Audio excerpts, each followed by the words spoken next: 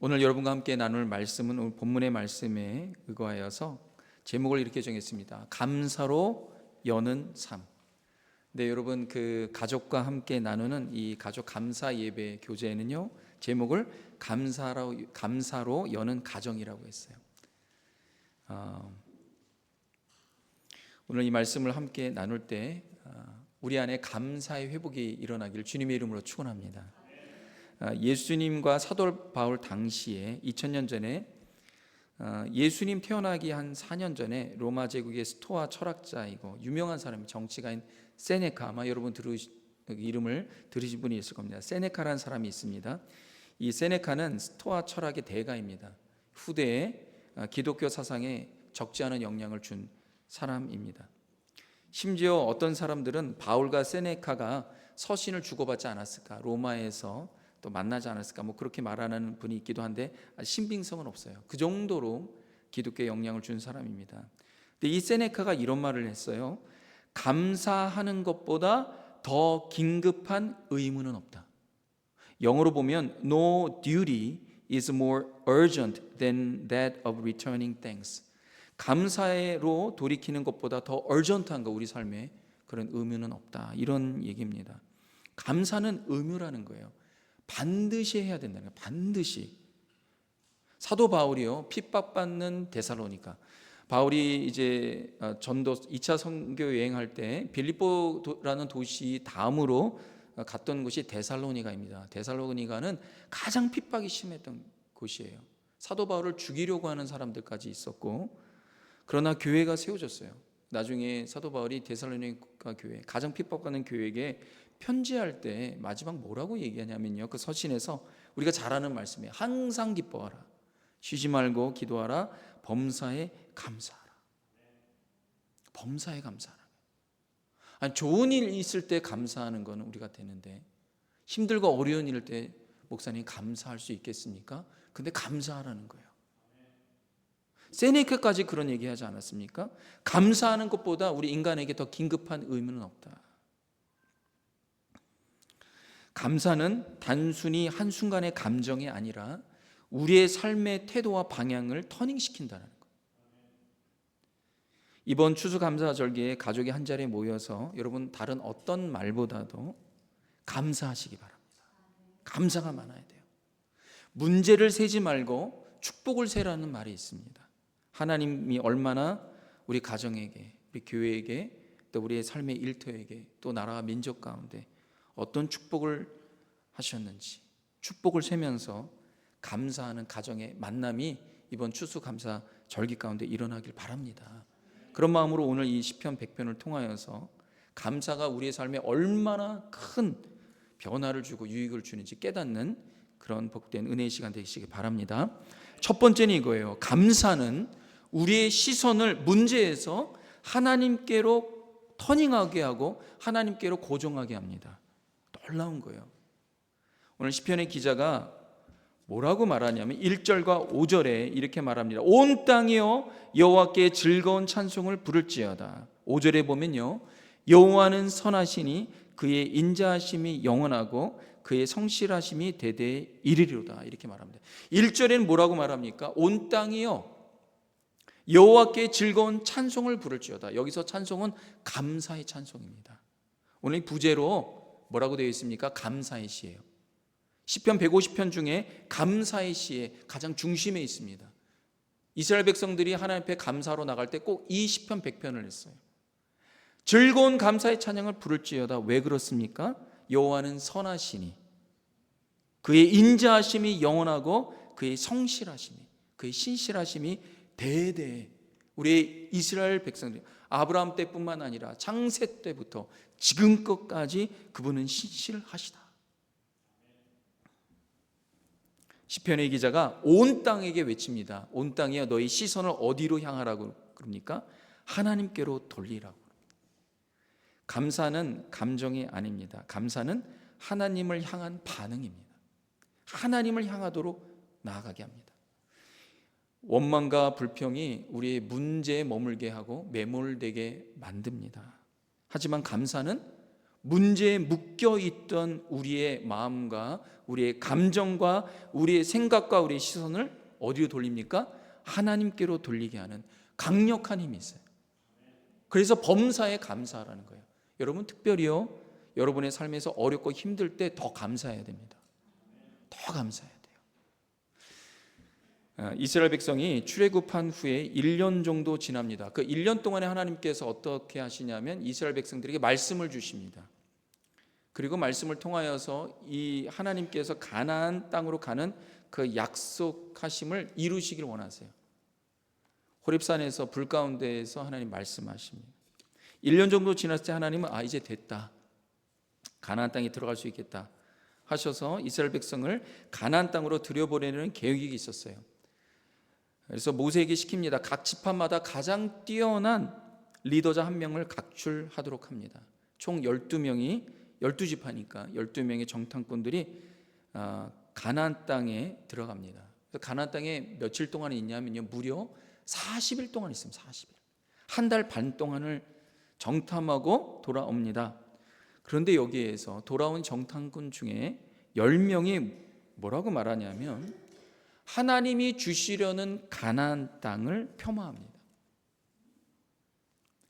그 땅은 하나님을 집어삼키는 땅이라는 거예요. 그리고 거기에는 거인족의 후손 아낙 자손이 있는데 우리는 메뚜기 같고 그들은 장대같이 커갖고 우린 절대로 그 땅에 갈 수 없다라고 말합니다. 이런 부정적인 해석에 200만의 이스라엘 백성들이 그 문제에 매몰됩니다. 우리는 가나안 땅에 가는데 삼키는 땅이구나. 우리 200만이 거기서 다 죽겠구나. 민수기 13장 31, 33절에 이들이 이렇게 말합니다. 이스라엘 자손 앞에서 그 정탐한 땅을 악평하여 이르되 우리가 두루다니며 정탐한 땅은 그 거주민을 삼키는 땅이요 거기서 본 모든 백성은 신장이 장대한 자들이며 거기에서 네피림 후손인 아낙 자손의 거인들을 보았나니 우리는 스스로 보기에도 메뚜기 같으니 그들이 보기에도 그와 같을 것이니라. 이렇게 말합니다. 이 10명의 정탐꾼의 말을 들은 200만 백성이 어떻게 되냐면 마음이 무너집니다. 절망에 빠집니다. 우리 여기서 죽겠구나. 밤새도록 통곡합니다. 200만이. 그 통곡의 소리가 얼마나 컸겠습니까? 그리고 뭐라고 말하냐면요, 통곡하고 아침에 일어나서 하는 말이 이런 말입니다. 어찌하여 여호와가 우리를 그 땅에서 인도하여 칼에 쓰러지게 하려 하는가? 우리 처자가 사로잡히리니 애굽으로 돌아가는 것이 낫지 아니하랴. 이렇게 말합니다. 여러분, 이 말을 들은 하나님의 마음이 얼마나 아프시겠습니까? 여러분 생각해 보십시오. 하나님께서 이스라엘 백성들을 200만을 어떻게 빼냈습니까? 어린 양의 피값으로, 애굽의 장자의 피값으로 하나님이 구원하셨어요. 이것은 실은 예표입니다. 나중에 하나님께서 우리 인류를 구원하시기 위해서, 하나님의 백성들을 구원하시기 위해서 그분의 아들 장자 예수 그리스도를 죽게 하시는, 여러분 아버지가 자기 아들을 죽게 내버려 두는 마음이 아픕니다. 얼마나 마음이 아프겠어요. 그렇게 했는데도 불구하고 이 언약 백성이 가나안 땅에, 하나님이 주신 땅이 아니라고 말합니다. 뭐라고 말합니까? 하나님이 우리를 그 땅에 데려가서 죽게 하겠다라는 거예요. 여러분, 하나님께서 그렇게 하시겠습니까? 아니죠. 하나님이 이스라엘 백성들을 어떻게 이 땅에 보내시기로 마음먹으셨습니까? 아브라함 때부터 내가 내 민족을, 너로 하여금 민족을 이루고 나라를 이루어서 축복의 땅, 언약의 땅, 가나안 땅에 그 민족의 나라를 이루게 하겠다. 아브라함이 그래서 갈 바를 알지 못하고 그 땅에 가지 않습니까? 아브라함과 맺은 축복의 언약, 하나님께서 지금 지키시기로 하신 거예요. 그것을 기억하셔서 무려 400년간 하나님 준비하십니다. 400년간 준비하세요. 하루아침 민족이 이루겠습니까? 아니죠. 400년 동안 단 70명의 요 야곱의 가족이요 400만이 되도록, 200만이 되도록 하나님께서 그렇게 준비하십니다. 그리고 가나안 땅에 주시는 거예요. 그 당시 때 최고의 강대국은 어디냐면 애굽입니다. 애굽이 그 모든 땅을 다스렸어요. 지금의 미국과 같은 군사를 갖고 있어요. 그런데 그 애굽을 무너뜨리면서까지, 그 애굽의 모든 장자를 멸하시기까지 그분의 사랑하는 백성을 애굽에서 구출하시고 구원하셨는데 하나님께서 가나안 땅에 그들을 멸하시겠습니까? 아니죠. 아니죠. 여기 두 명의 다른 정탐꾼이 있습니다. 이 다른 정탐꾼 여호수아와 갈렙입니다. 여러분, 이 12명의 정탐꾼 중에 여러분 우리가 기억하는 이름 누구입니까? 여호수아와 갈렙. 여호수아와 갈렙은 완전히 다른 해석을 갖고 있습니다. 그들은 옷을 찢습니다. 무슨 말을 하는 겁니까? 무슨 이야기를 하는 겁니까? 왜 통곡합니까? 우리가 기뻐해야죠. 이스라엘 백성 앞에 나옵니다. 아닙니다. 하나님이 주시려는 땅은 정말 아브라함 때부터 하나님께 예배해 주신 축복의 땅이고 아름다운 땅입니다. 젖과 꿀이 흐르는 땅입니다. 그 땅에 거인들이 살고 있지만 아무것도 아닙니다. 두려울 것 없습니다. 하나님께서 주시겠다고 하셨기 때문에 주님이 주실 것입니다. 하나님의 신실하심을 바라보십시오. 하나님이 함께 하시니 두려워하지 마십시오. 그 이야기를 합니다. 7절과 9절의 말씀인데요, 다 같이 한번 읽도록 하겠습니다. 시작. 이스라엘 자손의 온 회중에게 말하여 이르되 우리가 두루다니며 정탐한 땅은 심히 아름다운 땅이라 여호와께서 우리를 기뻐하시면 우리를 그 땅으로 인도하여 들이시고 그 땅을 우리에게 주시리라. 이는 과연 젖과 꿀이 흐르는 땅이니라. 다만 여호와를 거역하지 말라. 또 그 땅 백성을 두려워하지 말라. 그들은 우리의 먹이라. 그들의 보호자는 그들에게서 떠났고 여호와는 우리와 함께 하시느니라. 그들을 두려워하지 말라.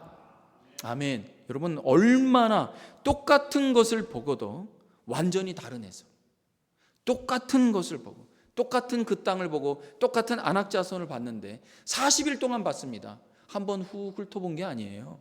40일 동안 그 가나안 땅을 봤다는 건 다 훑어봤다는 거예요. 다 속속들이 다 봤다는 거예요. 근데 완전히 다른 해석. 한쪽은 뭐예요? 하나님이 하신 일을 불평합니다. 삼키는 땅이다. 그 땅은 거인족 절대 이길 수. 반면에 어때요? 다른 사람들, 여호수아가 갈렙 아니다라는 거예요. 하나님이 주신 심히 아름다운 땅이다.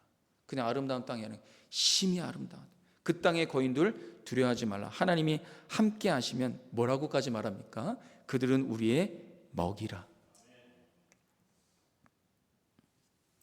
참 불행하게도 200만은 다수를 따라갑니다. 여호와의 갈렙을 믿지 않아요. 그들이 하나님을 믿었던 그 하나님을 믿지 않습니다. 여호수아 갈렙의 말은 왜 복된 말입니다. 하나님이 우리와 함께 하시고 하나님이 주신 땅 심히 아름다운 땅, 그들 위에 먹이라. 오히려 그들을 해치려고 합니다. 결과적으로 어떻게 했냐? 다수의 말을 따라간 1세대가 가나안 땅에 들어가지 못합니다. 근데 이 1세대 중 이 200만 중에, 특별히 100만이죠. 그때 한 100만 정도 중에 몇 명이 가냐? 단 2명만 가요. 여호수아와 갈렙만 가나안 땅에 들어가서 하나님이 주신 그 심히 아름다운 땅을 누리고 경험합니다. 여러분, 분명히 알아야 됩니다. 감사는 문제로부터 우리의 시선을 하나님께로 향하게 합니다. 하나님이 어떤 분이냐. 그래서 여러분, 우리의 문제를 볼 때 문제를 그 자체로 외적으로 보지 마시고 믿음으로 우리의 삶을 해석하시기 주님의 이름으로 축원합니다. 완전히 다르세요.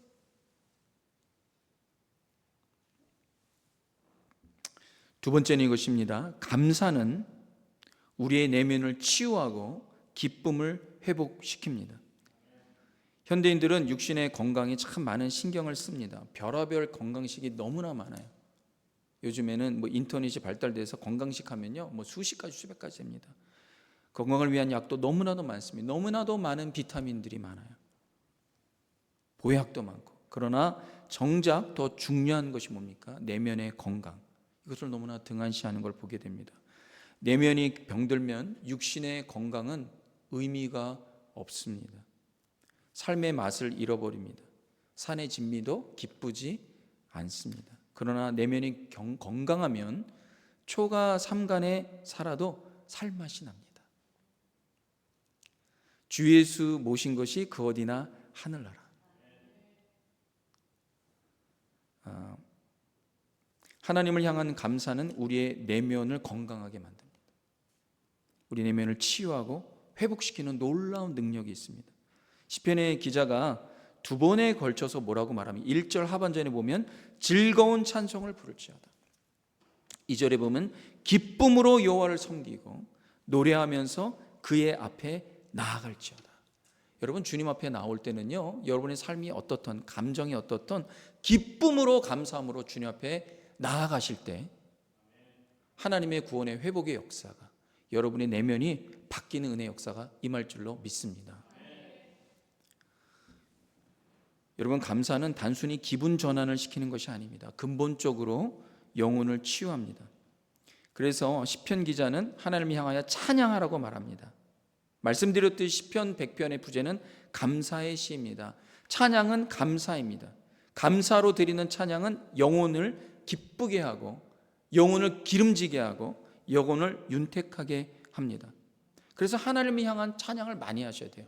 오늘 찬양대가 하는 찬양 제가 들으면서 정말 하나님의 은혜구나, 전심으로 주님 앞에 나오는 그 마음과 그 찬양이 얼마나 우리를 기쁘게 하는지 모릅니다. 하나님이 얼마나 기뻐하실지 여러분 생각해 보십시오. 저는 찬양을 듣는 것보다 찬양을 하는 사람이 훨씬 더 좋을 거라고 생각됩니다.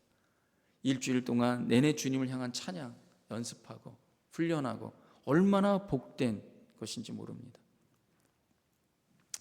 사도행전 16장에 보면 바울이 2차 선교에서 빌립보라는 지역에 갑니다.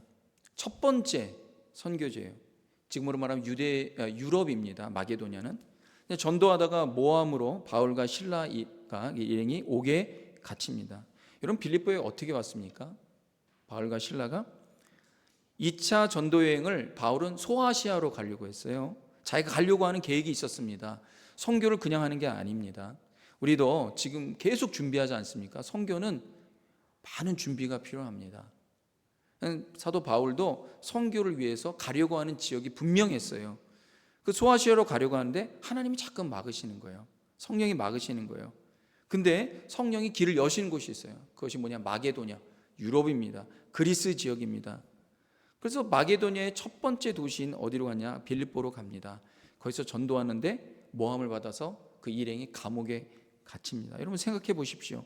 주님이 가라고 해서 왔는데 감옥 갇히는 신세가 됩니다.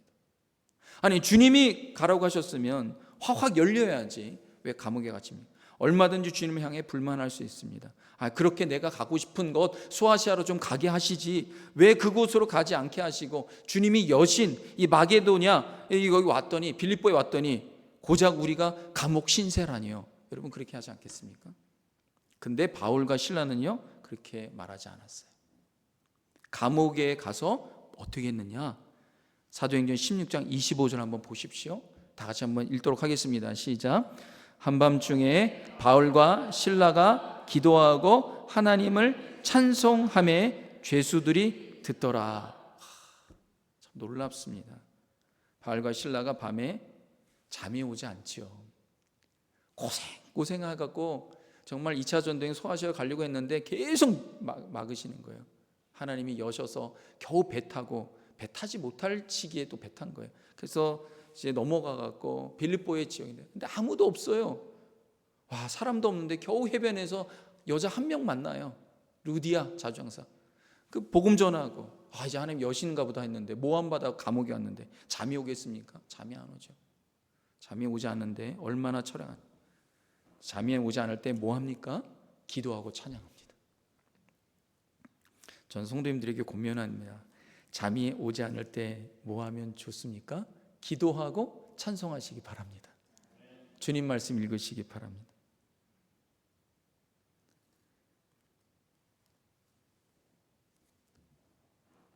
감사하고 주님 앞에 나아갈 때 우리의 내면에 걱정과 염려와 두려움과 원망이 사라지기 시작합니다.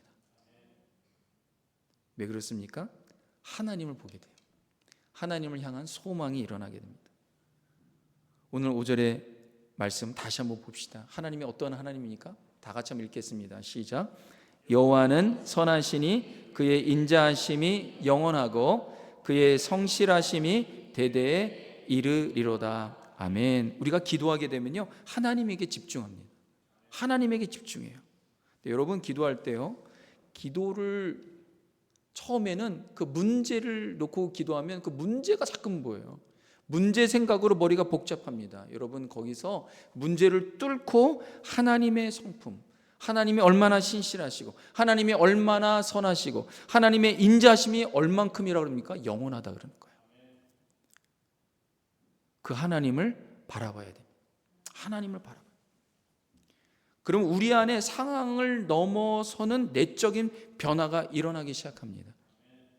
기쁨이 생깁니다. 소망이 생기는 거예요. 마음의 평안과 확신이 일어나기 시작합니다. 기도하고 찬양할 때 놀라운 역사가 일어나는 거예요. 26절 한번 보면요, 이런 역사가 일어납니다. 이에 갑자기 큰 지진이 나서 옥토가 움직이고 문이 곧 다 열리며 모든 사람의 매인 것이 다 벗어진지라. 그들을 가두어 놓았던 감옥의 문이 열리기 시작합니다. 하나님께서 감옥 문을 여시는 거예요. 오늘 시편 4절의 말씀 보면요, 시편 기자가 뭐라고 말합니까? 여기 참 중요한 말씀이 있습니다. 감사함으로 그의 문에 들어가며 찬송함으로 그의 궁정에 들어가서 그에게 감사하며 그의 이름을 송축할지어다. 감사함으로 어디의 문에 들어가라는 거예요? 그의 문에 들어가고 찬송하면서 그의 궁정에 들어가라는 거예요. 여기서 그의 문과 그의 궁정은 무엇이냐? 하나님이 계시고 그분이 임재하시고 사시는 곳입니다. 그런 단어예요. 히브리 언어의 중요한 이디엄입니다. 하나님이 계시고 하나님이 사시고 하나님이 임재하시는, 그러니까 감사함으로 어떻게 들어가라는 거예요? 하나님이 임재하시는 그분이 사시는 문으로 가라는 거예요. 그분이 계시는 곳에 머무르고 그분이 계시는 곳에 문을 열어서 나아가라는 것입니다. 그리고 그분께 찬양하고 감사하고 축복의 노래를 부르라. 여기 보면 송축할지어다. 송축이 무엇입니까? 송축, 축복을 노래하라는 건데 영어로 보면 이렇게 번역됐어요. Bless His name. 하나님의 이름을 축복하라는 거예요. 하나님의 이름이 무슨 이름이에요? 복된 이름입니다. 만복의 근원 하나님. 하나님의 이름은 모든 땅과 열방과 민족과 나라들로부터 영원히 복을 받으실 이름입니다. 그것이 송축인 거예요. 감옥에 있던 바울과 실라는 하나님의 임재 안으로 들어갑니다. 감옥에 있는데, 감옥문에 갇혔는데 하나님의 임재의 문을 여는 거예요. 어떻게 해요? 감사함으로. 그래서 하나님을 만납니다. 그분을 만나고 그분의 임재 안에 평안이 거합니다. 근데 놀라운 게 있어요. 하나님의 임재의 문을 여니까 감옥의 문이 열립니다. 닫혀진 문이 열리는 거예요. 주님을 찬송하니까 묶었던 쇠사슬이 풀리기 시작합니다. 사랑하는 성도 여러분, 우리를 묶고 있는 외적인 감옥과 쇠사슬이 실은 문제가 아닙니다. 우리가 하나님께 감사함으로 나아갈 때 그분의 문이 열리면 우리 인생의 닫힌 문들이 열리는 거예요. 가장 큰 문제는 하나님의 문이 닫혀져 있는 거예요. 여러분, 그분의 문을 바울과 실라처럼 기도로 여시고 감사로 여시고 찬송으로 여시고 기쁨으로 여시길 주님의 이름으로 축원합니다. 이번 추수감사절이 여러분의 가정과 일터 가운데 주님의 문을 활짝 여는, 감사로 여는 귀한 은혜와 축복이 임하길 주님의 이름으로 축원합니다. 기도하겠습니다. 하나님, 감사합니다. 하나님의 선하심과 하나님의 인자하심과 하나님의 신실하심이 얼마나 복된지요. 주님을 바라보고 주님의 임재 가운데 주님의 문을 활짝 여는 우리 복된 성도들 다 되도록 역사하여 주시옵소서. 예수님의 이름으로 기도합니다. 아멘.